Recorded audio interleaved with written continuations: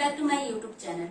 आज के वीडियो में हम क्लास 10th के चैप्टर 1 जो हमारा वास्तविक संख्याएं हैं, रियल नंबर्स है, उसमें हम अंक गणित के आधारभूत प्रमेय उस पर हम आज डिस्कस करेंगे। इससे पहले के वीडियो में हमने बताया है कि नंबर्स, वास्तविक नंबर्स क्या होते हैं एंड यूक्लिड विभाजन प्रमेय जो है उसको हमने अच्छे से देखा समझा है। तो आप अगर उस वीडियो को मिस कर गए हैं तो प्लीज उसे जाके जरूर देख लो ताकि आपको समझ में आ जाए कि नंबर्स क्या होते हैं। यहाँ पे भी देखो, जैसे अंक गणित की आधारभूत प्रमेय, प्रमेय क्या होता है? वो एक लेमा वो प्रूफ किया हुआ एक कथन होता है, सिद्ध किया हुआ एक कथन होता है हमारा प्रमेय। और प्रमेय क्या होता है? प्रमेय थ्योरम होता है। इस थ्योरम को हमें प्रूफ करने में प्रमेय की नीड पड़ती है, आवश्यकता पड़ती है। समझ रहे हो? मतलब प्रमेय एक क्या है? सिद्ध किया हुआ कथन है जिसका प्रयोग, कल हमने बताया था, जिसका प्रयोग हम किसी दूसरे कथन को, सेंटेंस को सिद्ध करने में करते हैं। तो यहाँ पे प्रमेय का यूज करेंगे। हालांकि यहाँ पे हमें इसे प्रूफ नहीं करना है, इसे बस समझना है। ठीक है, 11th 12th 11वीं 12वीं में जाओगे तो इस प्रमेय को आपको प्रूफ भी मिलेगा, लेकिन यहाँ पे हमें समझना है। तो हम आइए समझते हैं कि ये प्रमेय जो है ये क्या कह रही है।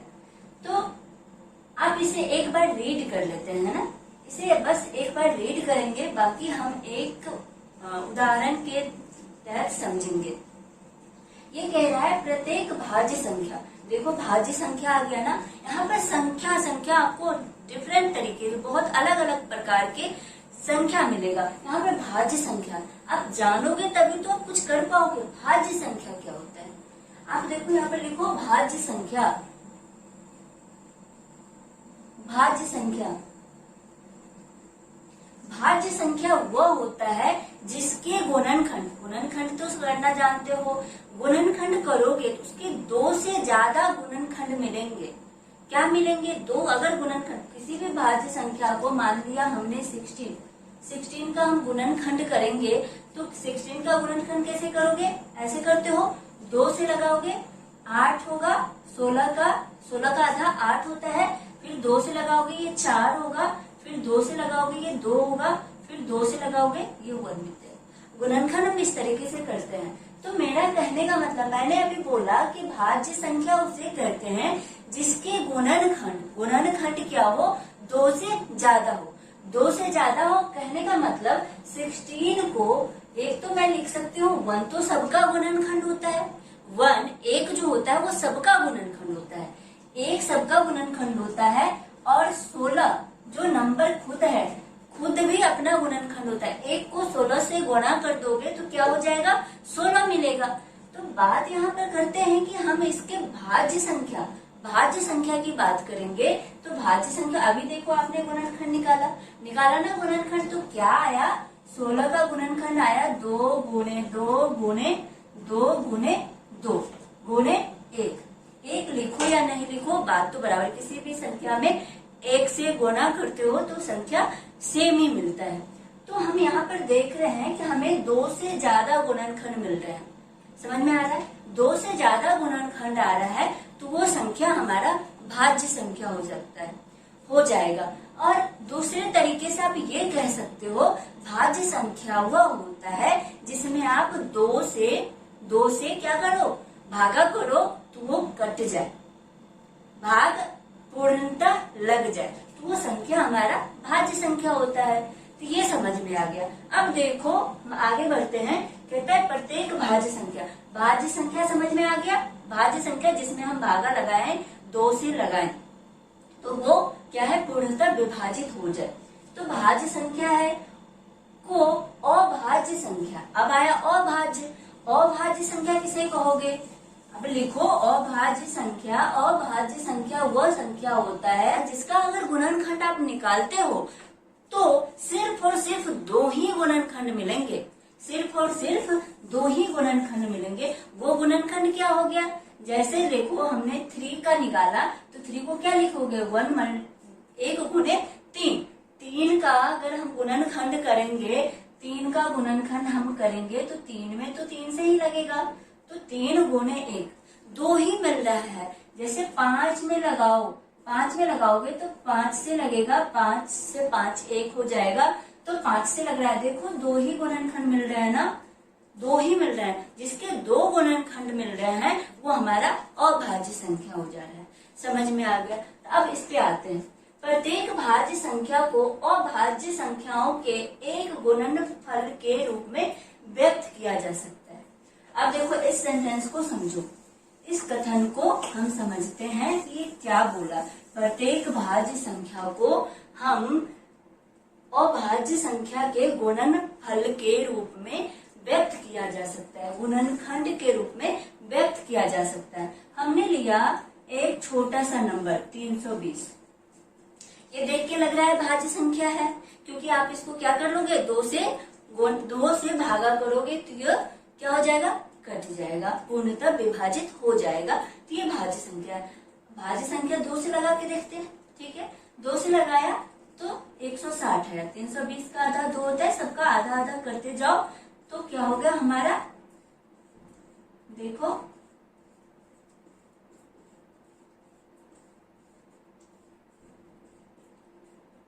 ये मिलके ऐसे होगा गुणनफल। अब यही बात बोला है, प्रत्येक किसी भी भाज्य संख्या को, हमने 320 भाज्य संख्या लिया है, किसी भी भाज्य संख्या को उसके अभाज्य गुणनखंड के रूप में व्यक्त किया जा सकता है। मतलब 320 को हमने क्या लिख दिया, 320 को लिख दिया 2 गुणे 2 गुणे 2 गुणे 2, 1 2 3 4 5 6, 1 2 3 4 5 6 5 गुणे, ये लिख लिया। 2 क्या है, 2 अभाज्य संख्या है, ये कॉन्सेप्ट क्लियर रखो। 2 जो है अभाज्य संख्या है। 2 को आप क्या करते हो, कैसे समझते हो, उसका गुणनखंड निकाल के, 2 का गुणनखंड निकालोगे तो 2 ही आएगा, 2 गुणनखंड आएगा, इसका 2 गुणनफल आएगा, क्या 1 2 और 1 1, तो ये क्या आ गया, हमारा अभाज्य संख्या है। 2 देखकर ये मत समझना कि ये भाज्य संख्या है, ये बहुत काम आएगा, ठीक है। तो 2 क्या है, अभाज्य संख्या है, तो हमने 320 को क्या लिख लिया, ये सब क्या है, अभाज्य संख्या है। और अभाज्य संख्या के गुणनफल, ये क्या है, गुणा का चिन्ह है, तो हमने भाज्य संख्या को अभाज्य संख्या के गुणनफल के रूप में लिख लिया है, व्यक्त कर लिया है। तो सेंटेंस आप समझ में आ गया क्या बोला, यही बोला है कि हमने जो किया ये कोई नई चीज नहीं है, लेकिन आपको नंबर्स में इन सारी चीजों को मतलब क्या कह रहा है ये जानना बहुत जरूरी है। करते तो आ रहे हो, ये चीजें तो करते ही आ रहे हो, 7 8 क्लास से ही गुणनखंड आ जाता है, तो अब हम करते आ रहे हैं। लेकिन यहाँ पे हमें एक नाम दे दिया गया है, क्या नाम है उसका, अंक गणित की आधारभूत प्रमेय। तो हम इस नाम से अब इसको जानेंगे, ये जो हमने लिखा है ये क्या है, आगे देखते हैं। इतना समझ में आ गया। अब कह रहा तथा यह गुणनखंडन अभाज्य गुणनखंडों के आने वाले क्रम के बिना अद्वितीय होता है। ये थोड़ा टफ लगाना, कुछ नहीं है, देखो समझो। ये बोला जो हमने गुणनखंड निकाला है, गुणनखंड निकाला है, अब इसको कह रहा है अगर इसका क्रम चेंज कर दे तो क्रम क्या होता है, ये जो 1 2 3 4 ये जो आया है इसको क्रम बोलेंगे हम, इस क्रम में आया है ना। तो देखो इसको कह रहा है अगर इसको उल्टा पुल्टी कर देते हो, क्रम को छेड़छाड़ कर देते हो, मतलब 2 को इधर लिख दो, 5 को इधर लिख दो, क्रम का उल्टा पुल्टी करने का मतलब तो यही होता है, हम चाहेंगे कि 5 को यहाँ लिखेंगे, 2 को उधर लिख देंगे। हाँ, तो यही है, यही कह रहा है अभाज्य गुणनखंड जो हमें मिला है इसका क्रम हम अगर चेंज भी कर देते हैं तो इस नंबर पे कोई फर्क नहीं पड़ता है। सेंटेंस यही है, समझ में आ गया। अब देखो इस चीज को हम ये भी तो लिख सकते हैं, 5 गुना 1 गुना 2 गुने 2 गुने 2 गुने 2 गुने 2, 6 बार 2, ठीक है। इस चीज को ऐसे भी लिख सकते हैं, नंबर तो सेम ही रहेगा ना, तो सेम चीज कहा है, समझ में आ गया। और कुछ नहीं है, बस इतना ही है इस प्रमेय में, आपको यहाँ तक ही समझना है। एक बार और मैं अगले एग्जाम्पल के थ्रू समझा रही हूँ कि ये इसमें क्या हुआ, समझ में आ गया। लास्ट लाइन में आप लोगों को थोड़ा सा दिक्कत होगा ये कहा कि यह गुणनखंडन अभाज्य गुणनखंड हो। गुणनखंड कौन सा गुणनखंड? जो हमने ये गुणनखंड निकाला, गुणनखंड तो यही आया। एक बार और समझो, गुणनखंड तो यही आया। तो कह रहा है यह गुणनखंडन अभाज्य गुणनखंडों के, ये सारे अभाज्य हैं, गुणनखंड जो आया है सारे अभाज्य हैं। तो अभाज्य गुणनखंड के अगर क्रम को चेंज भी कर देते हैं तो हमारा नंबर वही रहता है। समझ में आ गया? यही है कि उल्टा पुल्टी भी कर लो तो फिर यही नंबर मिलेगा। समझ में आ गया? अब देखो एक एग्जाम्पल लेते हैं, उसमें थोड़ा और डीपली हम समझेंगे क्या कह रही है ये। अब देखो हमारा एग्जाम्पल क्या है, ये है कि कह रहा है 6 और 20 के, जो 6 और 20 है इस नंबर का हमें क्या निकालना है? एचसीएफ और एलसीएम निकालना है अभाज्य गुणनखंडन विधि द्वारा। अब अभाज्य गुणनखंडन विधि ये क्या होता है? अभी हमने देखा है कि 320 का हमने जो गुणनखंड निकाला ना, तो जिस विधि एक ही होती है उसका नाम बस अभाज्य गुणनखंडन विधि है। इससे पहले आपने ये देखा होगा कि कह रहा होगा कि डायरेक्ट आप गुणनखंड निकाल लो, ठीक है। तो अब यहाँ पर है कि अभाज्य गुणनखंडन विधि द्वारा आपको क्या करना है? एचसीएफ और एलसीएम निकालना है। पहले नंबर ये देखो, अभाज्य गुणनखंडन तो समझ लिया। अब आती है बात एचसीएफ की। एचसीएफ हम कैसे निकालते हैं, एलसीएम हम कैसे निकालते हैं? कोई भी दो नंबर दिए गए हैं उसका हम एचसीएफ कैसे निकालेंगे?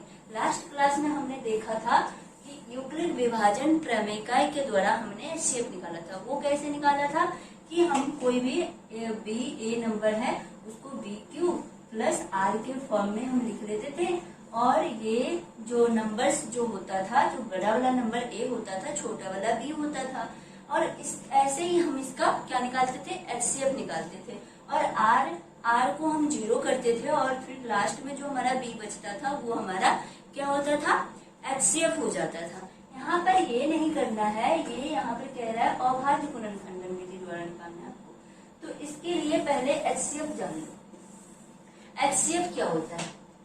एचसीएफ, दो नंबर का एचसीएफ हमें निकालना है तो पहला नंबर वो होगा कि दोनों नंबर में कौन सा कॉमन गुणनफल आया है, गुणनखंड कौन सा कॉमन है और उसकी पावर सबसे कम किसकी है। एचसीएफ में क्या है? एचसीएफ लिख लो कोने में। एचसीएफ में देखना हमें है प्रत्येक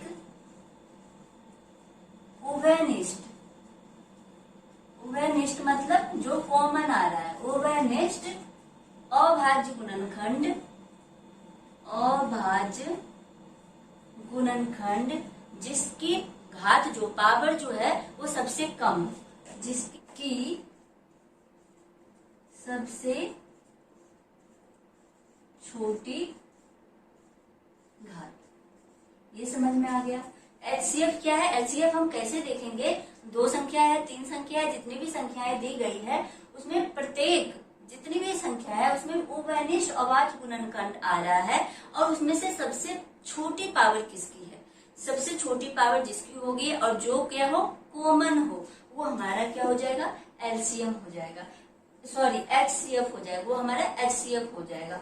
एलसीएम देख लो, एलसीएम क्या हो जाएगा? एलसीएम हो जाएगा ये जो उभयनिष्ठ है ना वो हट जाएगा यहाँ से और बड़ी पावर आ जाएगी। संख्याओं में प्रत्येक अभाज्य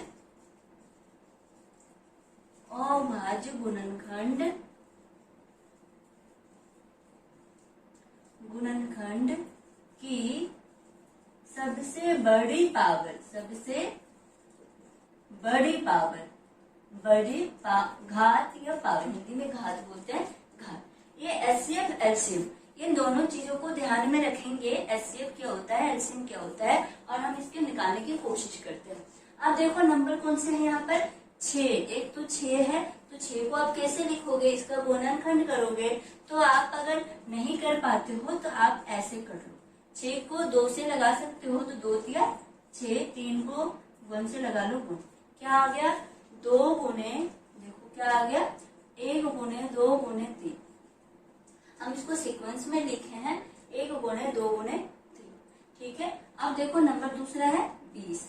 20 को क्या लिखोगे? देखो नहीं समझ में आए तो आप बिल्कुल ऐसे ही करना, गलत करने के चांस नहीं होनी चाहिए, ठीक है। गलती करने से अच्छा है कि हम इसको प्रॉपर वे में लिख रहे हैं। ठीक है, अब देखो क्या मिल गया हमें, 1 गुणे 2 गुणे 2 गुणे 5। अब हमें क्या देखना है, पहला नंबर एचसीएफ निकालते हैं। पहले हमें एचसीएफ निकाल रहे हैं।